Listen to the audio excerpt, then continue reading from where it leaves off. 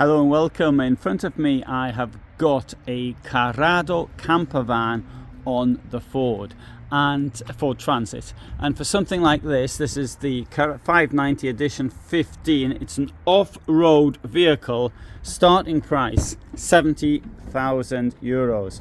I have admittedly not the Carado, but I have been on off-road situations with the Ford Transit. I found it extremely impressive. So that's my opinion. Let's have a quick look around to start off with. Right, so if we sit up here at the front, note we've got this recessed dashboard. Is the dashboard at the top? So you've got a place there to keep your gloves and your hat and your phones or when you charge or whatever. Now I think that's really good. There may be a reason why it isn't good, but I don't know what that reason might be. So another feature about this is there's a lot of space here as you get up, and because it's on the Ford Transit, offers more space inside. In my opinion, the Ford Transit is probably the best vehicle to build a camper van from. Other people may disagree. But we can also always actually go into the reasons why people may disagree. But for me, it's the size of it, which offers particularly the headroom. Somebody said, okay, well, just get a Fiat Ducato with the high roof. Unfortunately, not many people actually build vans with them. But this is sort of between the two. Anyway, good. So we've got a very unusual kitchen block here. And in fact, this is the only vehicle I know of with one like this. So, or the Carado mix is the only company. Carado and Sunlight have the, well, certainly in the same factory, same company. And Etrusco. Okay, it's owned by the same company, but they don't have a Trusco currently. Don't have a kitchen block like this. You've got that. You've got your shore power up here, and there you've got your USBs, 2 burners, which you'd more or less expect as standard. Nice cover, and in here there's your sink. Below that we've got the fridge. It's the same Dometic model, which is what everybody is using these days. Opens both ways. Can't really see the point of it opening the other way in this vehicle, but anyway, it does. Very big toilet, I think, for a vehicle of this size, 6-meter class, and so that's really, really large. And as I come in, bear in mind that there is a duckboard down there, and there you can see me. Look at the space I've got above my head. Huge amounts of space above my head, and you have a look at the storage up there. There's a reasonable amount of space for whatever it is you take to the bathroom with you, and there's even a place here to hang your socks from at night if you bother to wash them, that is. This comes in and out like that. I think this is a really good thing for space saving, and it has the benefit of being easier to clean than the other ones. There you've got 2 steps to get into bed.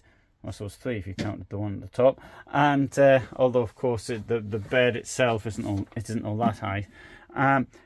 Looking at the back, you've got lots of light, and today's a bit overcast. So window on one side, not on the other, and windows in the door as well. Plenty of storage around the vehicle. And that's what it looks like in there.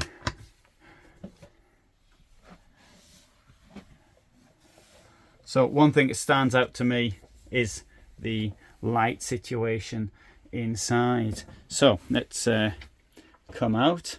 I didn't show this. No, that comes open like that. There's a space for your television. I'm not so keen on these things here, the shelves. I think I'd rather have it covered with something. That's me.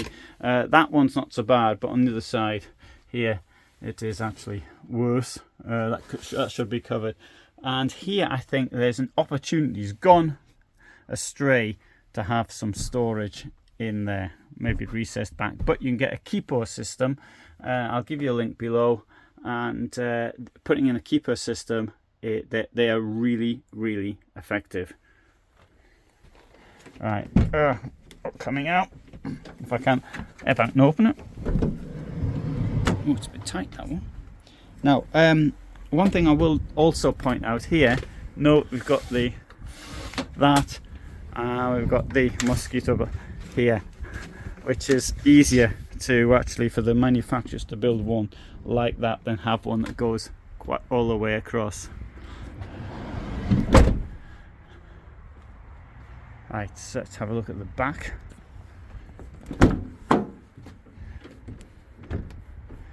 Right, as always, what you can see here, as you'd expect, okay, this will go up, give you more space below should you actually need it.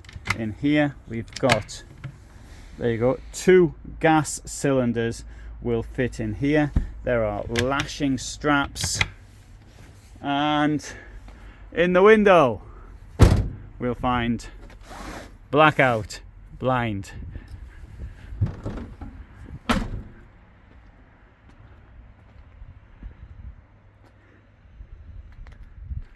Actually, whilst I'm here, I can actually do this as a comparison. You can see the difference in the height. So here we've got the Carado on the Fiat Ducato. You can see the height difference. And next to it, okay, that's also a Fiat Ducato Hymer. And next to that, we've got the Hymer on the Mercedes. But you really can see the difference there. It really stands out, in my opinion. You see also the awning coming around here, whereas the toilet cassette, the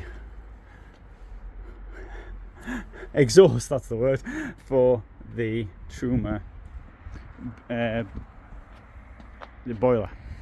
So I think this is a very interesting option. My personal favorite, as I said, was the Ford Transit for a camper van.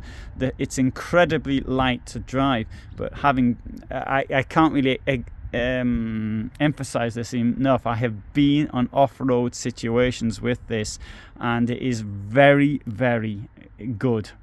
In my experience, in fact, as for off-road vehicle, which isn't all that great.